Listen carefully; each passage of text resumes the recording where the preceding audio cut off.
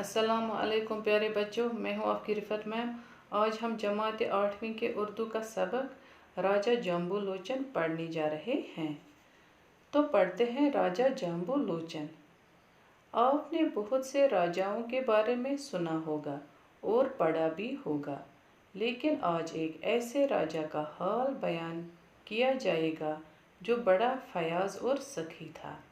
उस राजा का नाम जाम्बू लोचन था। उसका एक भाई भी था, वो भी राजा था। उसका नाम बाहु लोचन था।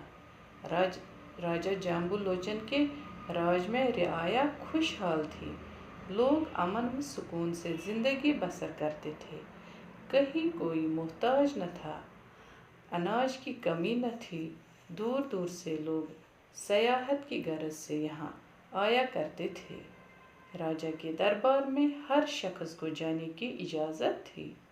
वो खुद भी हर एक की फरियाद सुनने के लिए हमा वक्त तैयार रहता था। राजा ने ऐलान कर रखा था कि कोई सरकारी एहलकार किसी के साथ सख्ती से पेश न आए। राजा के इस हुक्म की सभी तामील करते थे। राजा जाम्बू लोचन को अदब से बड़ा शगफ था। उसने अपने दरबार में मुअत्तद अदीब शायर जमा किए थे। राजा ने अपने दरबार में कई किस्से गो भी रखे थे। वो इन सब से अच्छी अच्छी बातें, किस्से, कहानियाँ सुनता और खुश होता था। वो कभी कभी इन अदीबों और शायरों को इनाम व इकराम से भी नवाजता। दरबार में अक्सर शेर व अदब की महफिलें मुनक्किद होती, जिनका हाल मुखबिरों के ज़रिए लोगों तक पहुंचाया जाता। इस राजा के कई किस्से मशहूर थे, जिनका लोग अक्सर जिक्र करते थे। ऐसा ही एक किस्सा शिकार से मुतल्लिक है। कहा जाता है कि राजा को शिकार का बहुत शौक था। एक मर्तबा वो अपने दरबारियों के साथ शिकार के लिए निकला। कई दिनों तक जंगल में घूमता रहा, मगर उससे कोई शिकार न मिला। वो मायूस होकर एक टीले पर जा बैठा। थोड़ी देर सस्ताने के बाद राजा फिर शिकार के लिए चल निकला। वो शिकार की तलाश में भटकते भटकते दूर पहाड़ियों की तरफ जा निकला। अचानक उससे एक तालाब नजर आया।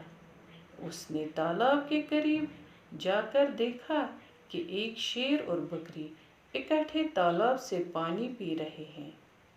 ये मंजर देखकर राजा हैरान रह गया और सोचने लगा कि शेर जो बकरी को खा जाता है, कितने प्यार से बकरी के साथ पानी पी रहा है। इसके दिल में हमदर्दी और रहम के जज्बात ने जोश मारा और उसने हमेशा के लिए शिकार करना तर्क कर दिया। उसने अहद किया कि अब वो किसी किस्म का शिकार नहीं करेगा। राजा ने जिस मुकाम पर शेर और बकरी को एक साथ पानी पीते देखा, वहाँ एक खूबसूरत शहर बसाया और अपने नाम पर उस शहर का नाम जाम्बू रखा, जो रफ्ता रफ्ता जम्मू के नाम से मशहूर हुआ। राजा जाम्बू लोचन ने इस शहर में कई मंदिर भी बनवाए। उसी ज़माने से ये शहर मंदिरों का शहर कहलाने लगा। इब्तिदा में ये छोटा सा शहर था, आबादी कम थी, बाजार भी कम थे। बच्चों, अब जम्मू शहर बहुत फैल चुका है। यहाँ की आबादी में बहुत इजाफा हुआ है।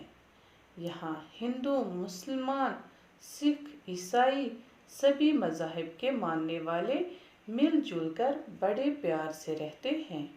यहाँ के मुकामी बाशिंदों को डोगरा कहा जाता है।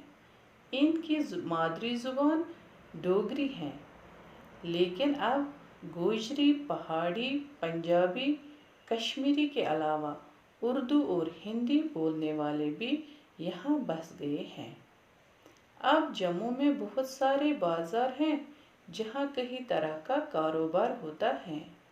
बेशुमार स्कूलों और कॉलेजों के अलावा यहाँ यूनिवर्सिटियाँ भी हैं। अब इस शहर में चौड़ी चौड़ी सड़कें हैं जिन पर गाड़ियों की रेल पील हैं। कई जगह फ्लाई ओवर भी तामीर किए गए हैं जिनसे ट्रैफिक की आमद रफ्त मज़ीद आसान हो गई है। यहाँ की आब व हवा मुतदिल है। यहाँ के लोग जफाकश और तनोमंद हैं। इस शहर में अब मंदिरों के अलावा गिरजे, मस्जिदें और गुरुद्वारे भी खास तादाद में हैं। हवाई अड्डा और रेलवे स्टेशन की सहूलियत भी दस्तयाब हैं। तो अब देखते हैं अल्फाज के मानी। पहला है फयाज। फयाज का मतलब होता है सखी या दरिया दिल। सखी का मतलब होता है सखावत करने वाला। खुशहाल का मतलब होता है मालदार या खाता पीता या आसूदा हाल। मोहताज का मतलब होता है ज़रूरतमंद या हाजतमंद, गरीब या मुफलिस। सयाहत का मतलब होता है सफ़र या सैर व तफरी। हमा वक्त, हर वक्त, हमेशा। तामील करना, हुक्म बजा लाना। मुअद्दद, कई, बहुत से। मुनक्किद करना, कायम करना, मुकर्रर करना। तर्क करना, छोड़ देना। तनोमंद, हटा कटा, मजबूत, जिस्म वाला। जफाकश, मेहनती। तो प्यारे बच्चों, इसी के साथ ही हमने ये सबक कंप्लीट किया है। बाकी वस्सलाम, अल्लाह हाफिज़।